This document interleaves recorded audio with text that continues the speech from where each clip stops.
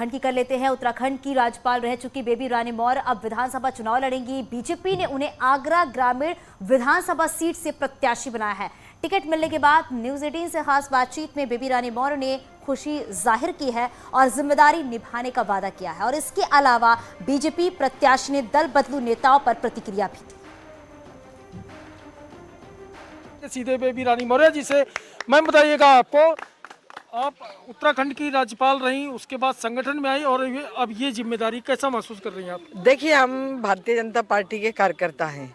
इसमें कोई बड़ा कोई छोटा नहीं होता है। पार्टी जब जो जिम्मेदारी देती है वो कार्यकर्ता को निभानी चाहिए। जो पार्टी ने आज मुझे जिम्मेदारी दी है उसको मैं निभा रही हूँ। तो आप जो है ग्रामीण से उम्मीदवार हैं, क्या संदेश देना चाहेंगी, किस तरह से विकास कराना चाहेंगी? आप चूंकि उत्तराखंड में भी रह चुकी, काफ़ी विकास वहाँ भी आपने कराया, तो यहाँ किस तरह काम करेंगी?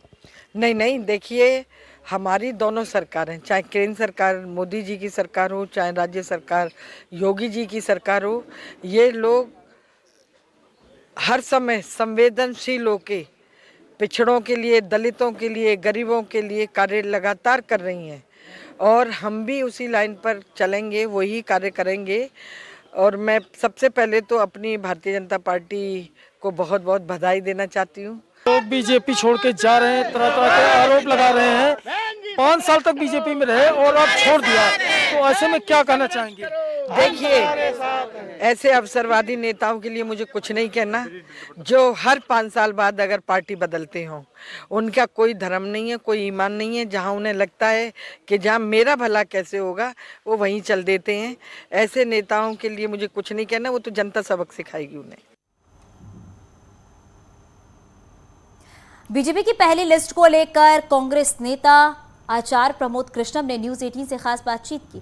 प्रमोद कृष्णम ने कहा है कि बीजेपी का हाईकमान बैकफुट पर है और पहले 100 से ज्यादा विधायकों के टिकट काटने की तैयारी थी, लेकिन बीजेपी ने डर कर सिटिंग विधायकों को टिकट दिए हैं।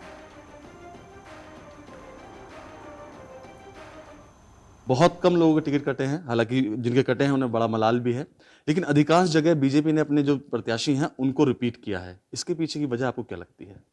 देखिए, बीजेपी की हालत बड़ी ख़राब है।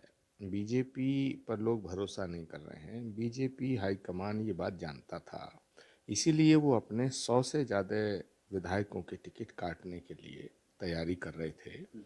उनका मानना ये था कि विधायकों के ऊपर इस नाराज़गी का ठीकरा फोड़ दिया जाए। वो ये मैसेज दे देते कि साहब, नाराज़गी भाजपा से नहीं है, नाराज़गी विधायकों से है, विधायकों के टिकट काट दिए गए, अब हम फिर साफ सुथरे होकर आपके सामने आए हैं। लेकिन जिस तरह से भगदड़ मची तो बीजेपी डर गई, बीजेपी हाईकमान डरा। पहली बार ऐसा हुआ है पिछले 8-10 सालों में कि भाजपा हाईकमान बैकफुट पे आया है। तो उन्होंने ये ज़्यादा टिकट काटने वाला जो सिलसिला था ये रोक दिया। ये इसका मुख्य कारण है। अच्छा, लेकिन अगर बात की जाए मेरठ में लक्ष्मीकांत वाजपेयी, उनका टिकट काट दिया गया।